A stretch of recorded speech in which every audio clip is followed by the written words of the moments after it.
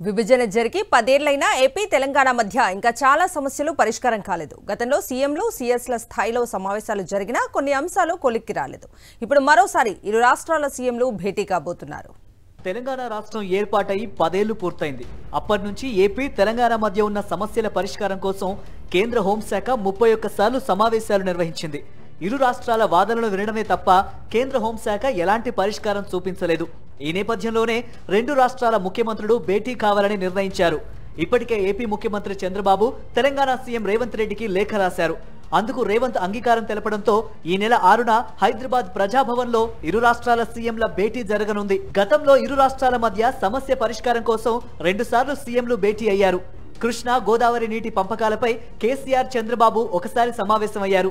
ఆ తర్వాత కేసీఆర్ వైఎస్ జగన్ భేటీ అయ్యి ఏపీ తెలంగాణ మధ్య ఉన్న సమస్యలపై చర్చించారు. ఇరు రాష్ట్రాల సీఎస్ల స్థాయిలో ఒకసారి భేటీ జరిగింది. అయినప్పటికీ సమస్యలకు ఎలాంటి పరిష్కారం లభించలేదు.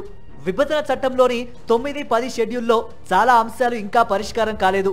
షెడ్యూల్ 9లో 91 సంస్థలు, షెడ్యూల్ 10లో 142 సంస్థలు ఉన్నాయి. ఈ షెడ్యూల్లో ఉన్న ఆస్తుల్లో ఇరు రాష్ట్రాలు ఎక్కువ వాటా కోరటం వల్ల పరిష్కారం లభించడం లేదు. మరోవైపు రెండు రాష్ట్రాల మధ్య నీటి వివాదం ఉంది. కృష్ణా నదిలో ఉమ్మడి ఆంధ్రప్రదేశ్కు 811 టీఎంసీలు కేటాయింపులు జరిగాయి.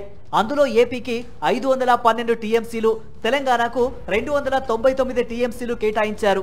అయితే కృష్ణా పరివాహక ప్రాంతం తెలంగాణకు ఎక్కువగా ఉండడంతో 50% వాటాను తెలంగాణ కోరుతోంది.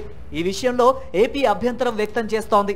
మరోవైపు ఏపీ విభజన సమయంలో 7 మండలాలను తెలంగాణ నుంచి ఏపీకి బదిలీ చేశారు. అయితే అందులో 5 గ్రామాలు ముంపునకు గురవుతున్నాయి. ఈ గ్రామాలను తిరిగి ఇవ్వాలని తెలంగాణ ప్రభుత్వం కోరుతోంది. 6,000 కోట్లు విద్యుత్ బకాయిలు అంశం కూడా ఇరు రాష్ట్రాల మధ్య ఉంది. ఇలా పలు కీలక అంశాలపై రెండు రాష్ట్రాల మధ్య అంగీకారం రావాల్సి ఉంది. చాలా కాలం తర్వాత సీఎంల భేటీ జరగనుండటం ఆసక్తి నెలకొంది. ఈ సమావేశంలో అయినా సమస్యలకు పరిష్కారం లభిస్తుందో లేదో చూడాలి.